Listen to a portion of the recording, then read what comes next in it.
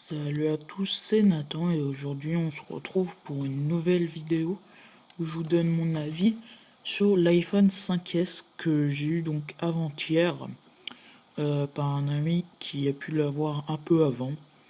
Donc voilà, ça fait 2 jours que je le teste vraiment beaucoup et je pense que je peux vous donner mon avis parce que 2 jours complets c'est comme une semaine à l'utiliser avec une utilisation normale. Alors déjà, je vais pas reparler d'iOS 7 parce que les fonctions d'iOS 7 sont aussi disponibles sur différents autres smartphones, tablettes, etc. de marque Apple, voire même parfois de marque Samsung, Android, etc. Quand on peut installer des thèmes, etc. Même si c'est pas vraiment iOS, quoique je suis pas professionnel Android, mais il y a sûrement moyen d'installer carrément de iOS sur Android. Donc je vais surtout vous parler du téléphone, et ce téléphone ne l'achetez pas. Je sais ce que je vais dire ne va pas plaire à tout le monde, mais ne l'achetez pas car pour moi c'est une grosse arnaque. Il n'y a aucune nouveauté. Clairement, je l'ai acheté parce que j'achète tous les smartphones Apple, c'est comme ça. Mais il n'y a aucune nouveauté. Il ne sert absolument à rien de plus qu'un iPhone 5. Je préfère encore garder mon iPhone 5. Le bouton home il est moche. T'as l'impression d'avoir un truc, un gros truc, je sais pas, j'aime pas ça. Euh, le truc des empreintes, moi, il commence déjà à bugger. L'autre jour, il me disait mettez votre autre doigt. Heureusement, l'autre doigt a marché, hein. Sinon, et bah, j'ai plus d'iPhone, hein. C'est simple que ça.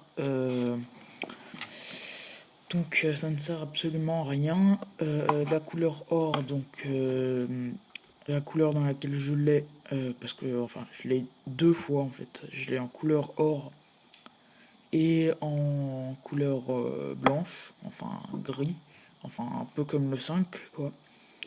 Alors le blanc reste classique, mais j'ai toujours aimé cette couleur de chez Apple, même si toujours aimé, elle est là que depuis l'iPhone 5.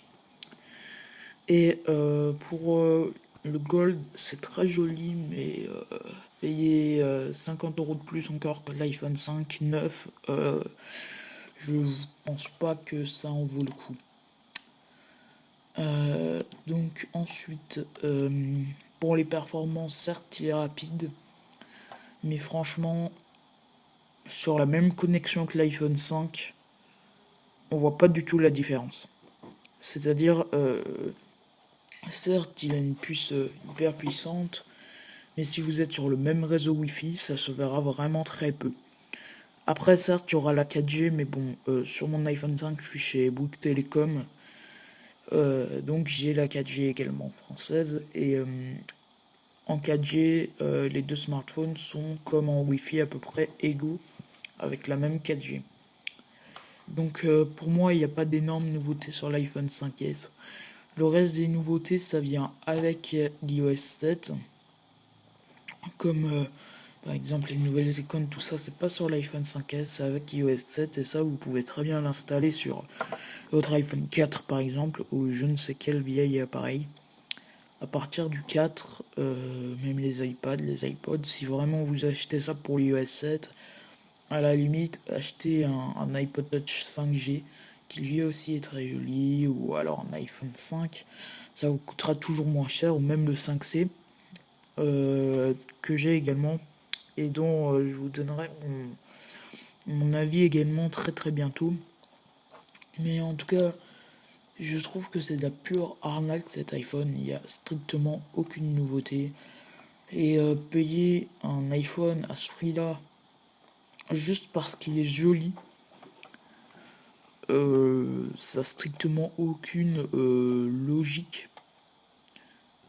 C'est du grand n'importe quoi. Je suis par contre un grand fan du smartphone que je vous ai présenté il y a une semaine, du moins que je vous ai donné mon avis il y a une semaine, le Motorola Moto X, qui lui est très coloré, mais il a des vraies nouveautés, je trouve.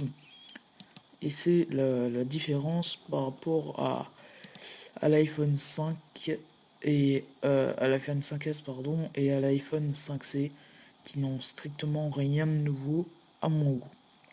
Donc voilà, c'était Nathan de la chaîne TMD France. Je vous dis à très bientôt pour d'autres vidéos.